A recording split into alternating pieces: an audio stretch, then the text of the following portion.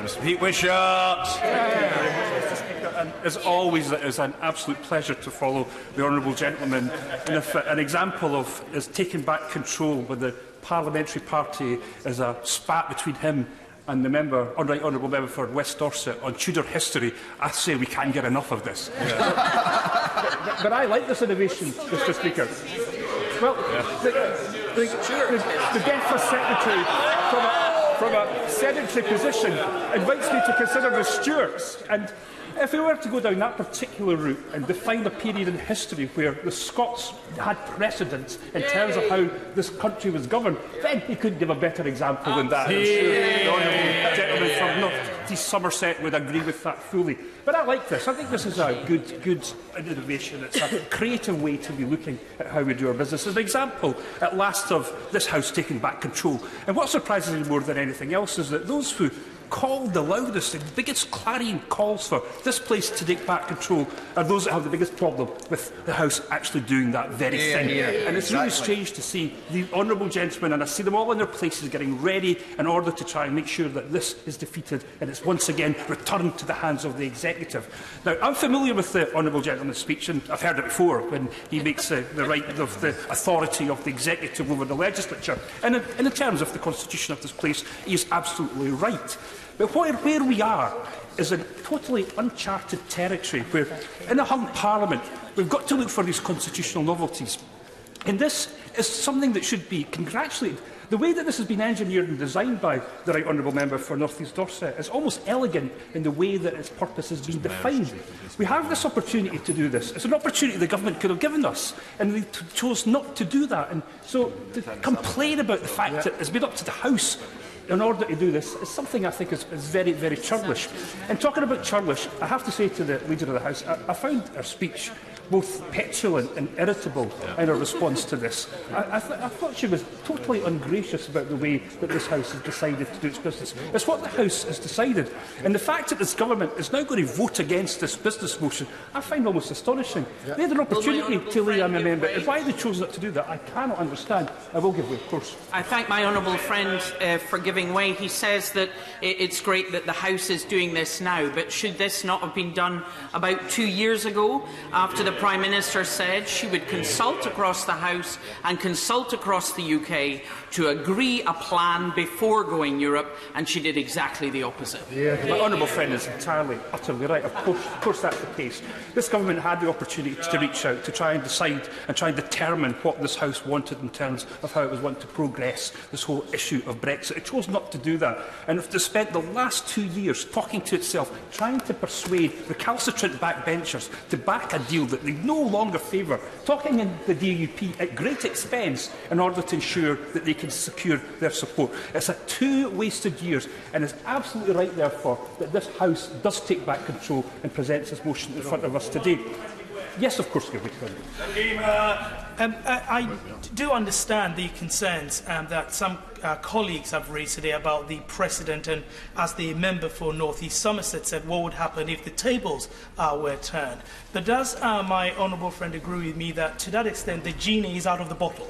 And that is not a reason not to pursue with the course of action today and vote for this business motion. Sitting on the SNP benches, the tables being turned doesn't really concern us when it comes to us being in the opportunity to having this done to us, given that that's very unlikely to ever occur. But the honourable gentleman was right in one respect, is that this has been a parliament that has changed the way that we've done our business.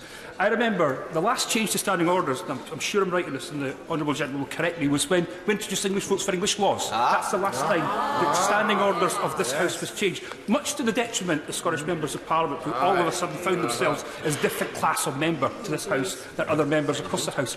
So the standing orders are within the gift of Parliament, and if Parliament decides to change them, that will be a matter for us, and we will decide that and determine that in a motion presented to this House. I thank the honourable member for giving way, and indeed the discussion that has gone on about precedent is one that we in due course may look back on this time and say, you know, could we have done anything differently? But isn't it true that at this moment and on this issue that is of such national importance, where the divisions and also the unity go across party boundaries, and where we are dealing with an unprecedented way in which the country has also been kept out of this debate over the last 2 or 3 years, is now calling out for Parliament to find a way forward. And isn't it true that it is really government that ceded control on Monday when they still had an opportunity to bring forward a pathway and a process by which the voice of this House could be heard? And the Honourable Lady is absolutely right and totally correct in her sequence of events. It was Monday night when this was determined and decided. And she's right in another respect, and I'm sure, like me, she's been having lots and lots of new constituents getting in touch with her, totally aghast about what we're doing in this House, the fact that this House is making such a mess of all of this. And they're looking at us today, where we take control of this House, to see if we could do a better job, and to say to the Honourable Lady, we can't do a worse job than this government has done. That is for absolutely sure. Now, the Right Honourable Member for North West Dorset isn't just a putative Prime Minister, he's almost like a one-man government. And I was really enjoying his contribution until we got to about the 20th, 25th minute of it. And I would just suggest that if we're going to progress this and do this and develop this as an idea, we do it a bit differently. Yes. And maybe with a little bit more style and panache that we've seen from the government. So I hope that is the case. I give it to Honourable Friend. I thank Honourable Friend for giving me. I'm surprised there has been more objection actually to the other innovation that's taking place, which is that we're going to cast our votes using bits of paper. Now, some of them might want to use vellum and quill and ink and so on, but of course, if Mr Speaker were to choose all of the amendments, that could potentially be about 4 hours of voting. So perhaps the real innovation that comes from today is a modernisation of our voting systems as well. That is one fantastic precedent that the Right Honourable Member for North West Dorset has already put in place. We're getting towards electronic voting. For the first time in my 18 years in this House, we will actually be able to vote in a sensible, constructive manner, not waste hours and hours in division lobbies, wasting our time when nothing can further be done. Exactly. Now, I can see you looking at me, Mr Speaker, as if an encouragement to maybe conclude my remarks, but I will with this.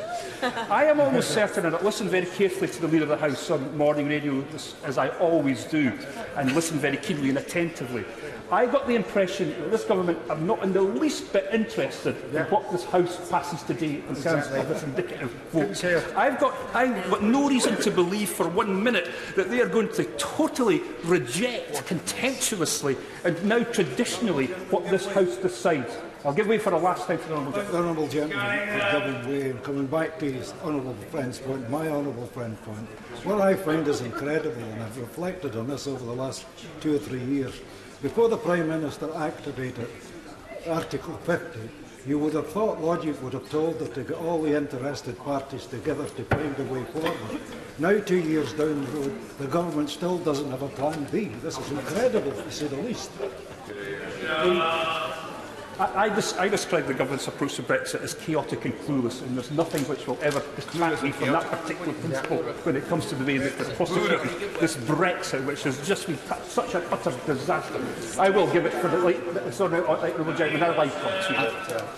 Does he understand that if, by some stroke of luck, this House were to come to a conclusion tonight or on Monday of a way forward which was totally contrary to the manifesto which the government had stood on, that no government would wish to negotiate a deal which was contrary to the programme which it had stood on in the first place?